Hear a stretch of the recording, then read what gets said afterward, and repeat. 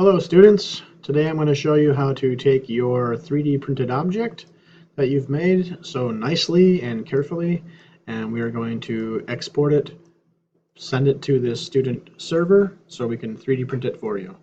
So step number one, go to the export button in Tinkercad. Now before you go to export button, you want to make sure you have a name set up here. So put your name, your day, and your hour.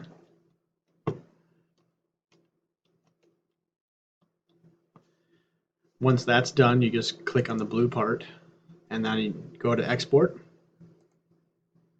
We're going to save it as an STL. Some of yours might pop up and ask, where do you want to save it as?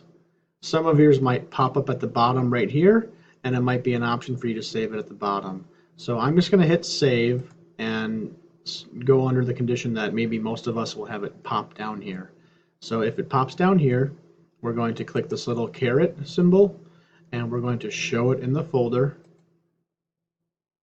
This is where that object is stored on your computer. So it's stored under the computer, the Windows hard drive, the user, the instructor, and the downloads folder. That's like the line where it's saved at.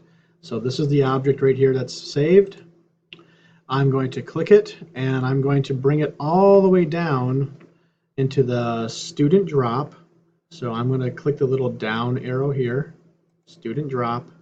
I'm going to find my instructor, click the down arrow, and I'm going to find the day and hour. Let's say I'm saving it for day 1, hour 1. So I'm going to put this in there, drop it, and if I wanted to check, make sure it's in there, click right here, and you just need to see where your name, here, name, day, hour, 3D print. Name, day, hour, 3D print. So make sure yours is in there. That's it. Then you can let your instructor know that it's ready to print. Thank you.